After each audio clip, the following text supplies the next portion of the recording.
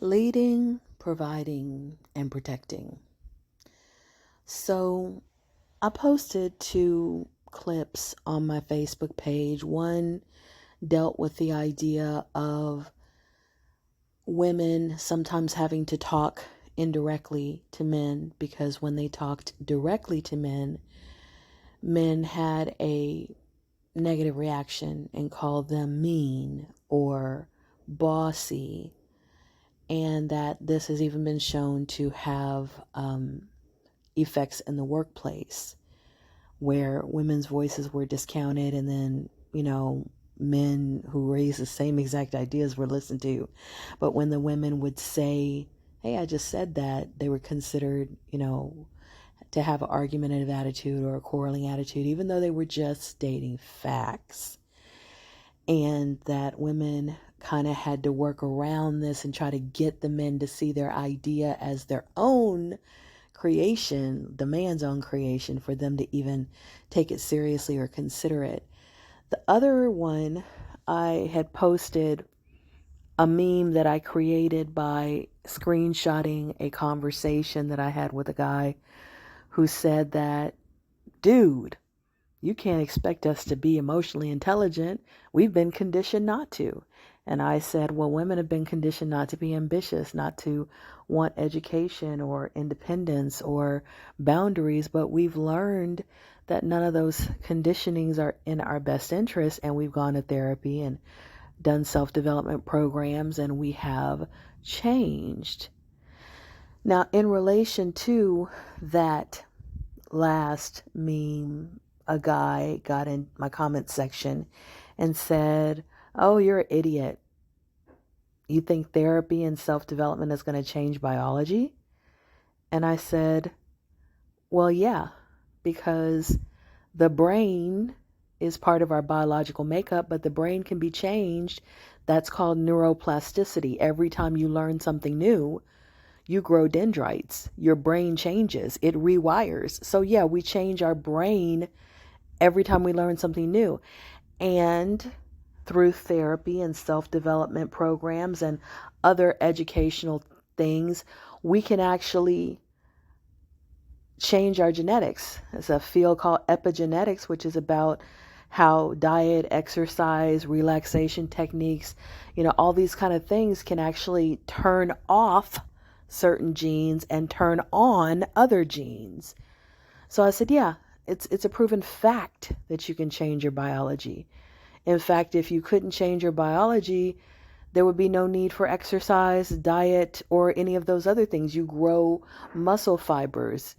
You change the cells that you're creating, and you make those cells healthier by the food that you're putting into your body. You reduce inflammation, or, you take supplements so that you have different things that your biology is reacting to. So it's fact, we can change our biology. And then he said, well, we were trained as men to be unemotional so we could be cannon fodder. And I said, but as a man, the thing that you're protecting women and children from is other men. And the most dangerous thing to everyone is men. But you'd be less dangerous if you would learn emotional intelligence. And I said, emotional intelligence is just the ability to recognize your own emotions and to respond appropriately to the emotions of others. And you've been doing that to some level. If you're not a psychopath or a sociopath or autistic, you've been doing that to some level your entire life. We're just asking you to do it better and more consistently, because this is literally what human beings were evolved to do, to recognize our emotions and to respond appropriately to others' emotions. That's what community is partially about. And emotional availability and intelligence is about self-awareness, self-monitoring, self-control, and relational awareness. So those are all parts of skills that you should have been learning as you grew up. And if you didn't learn them as you grew up, then You say you want to provide and protect, but you can't lead anybody if you can't even lead yourself, if you don't even understand yourself. And I said, so you're arguing with me in these comments about why you can't do it, having a very limited victim defeatist attitude, which means you're actually right. If you believe you can't because you're not going to do it. Whereas if you believe you can, or at least if you try, you could learn that you can do it. That it's literally what you were born to do. You were born having emotions, and just because someone conditioned you to ignore them doesn't mean that you can't change what you pay attention to. You can change what you pay attention to just like you change the station that you watch on TV, just like you change what you tune into on social media.